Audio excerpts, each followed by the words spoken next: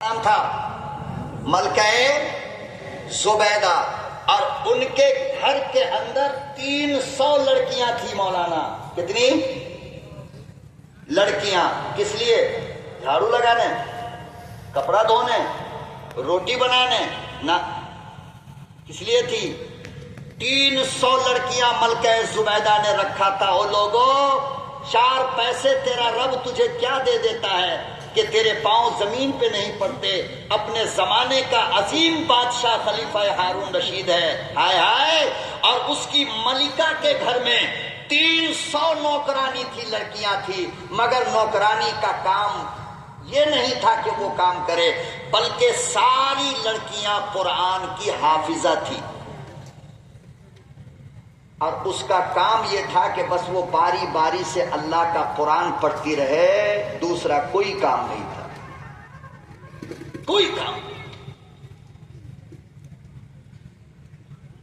اس لیے میرے محترم بزرگوں اور دوستو، نہ چاہتے ہوئے اپنی پیاس کو اپنے ساتھ دفن کر کے لے کر آپ کے درمیان سے میں رخصت ہونا چاہتا ہوں، یہ سمجھنے کے باوجود کہ آپ بھی پیاسے ہو، شاید میں تو ہوں ہی آپ کا پیاسا، لیکن چونکہ سردی کا موسم ہے، بس اس پیغام کے ساتھ کہ قرآن سے اپنا رشتہ مضبوط کر لو، قرآن والوں سے اپنا رشتہ مضبوط کر لو۔ مسلمانوں، اگر مدینے سے آنے والے رومال کی عزت کرتے ہو،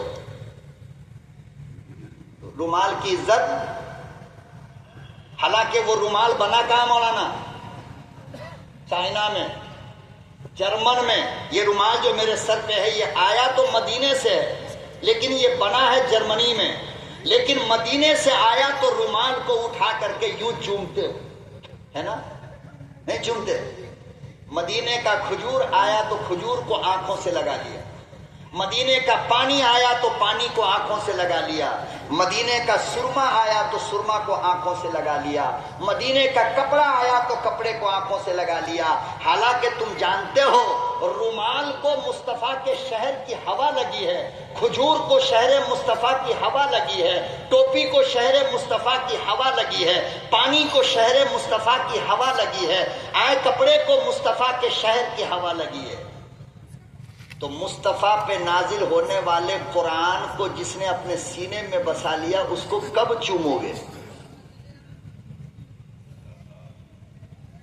اس کو کب سینے سے لگاؤ گے؟ یہ کون ہے؟ یہی 72 بچے جو آپ کے سامنے سے گزرے۔ اگر رومال کی اہمیت، قدر و قیمت مصطفیٰ کے شہر کی وجہ کر ہو سکتی ہے، تو یہ قرآن جو مصطفیٰ پہ نازل ہوا، اگر اس کو ہم نے اپنے سینے میں بسا لیا ہے تو پھر ہمارا سینہ بھی اس لائق ہے کہ اسے چوما جائے، اس کو گلے سے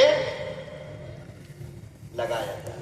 اللہ پاک عمل کی توفیق عطا فرمائے، زندہ سلامت رکھا تو انشاءاللہ پھر آپ سے انشاءاللہ ضرور ملاقات ہوگی۔ قاری صہیب صاحب کہہ رہے ہیں کہ بہت جلد، اللہ کرے کہ وہ جلد ہی آ جائے تو بہتر ہے، اور یقیناً میں بالکل آپ یہ سمجھیں کہ ادھورا اٹھ کر کے آپ کے سامنے سے جا رہا ہوں، دل تو بالکل نہیں چاہ رہا ہے، دل چاہتا ہے کہ زندگی کا خاتمہ ہو، آپ مجھے دیکھتے رہو، میں آپ کو دیکھتا رہوں، اور اسی طرح صبح سے شام ہو جائے، اور اسی طرح کا رشتہ باقی رہے۔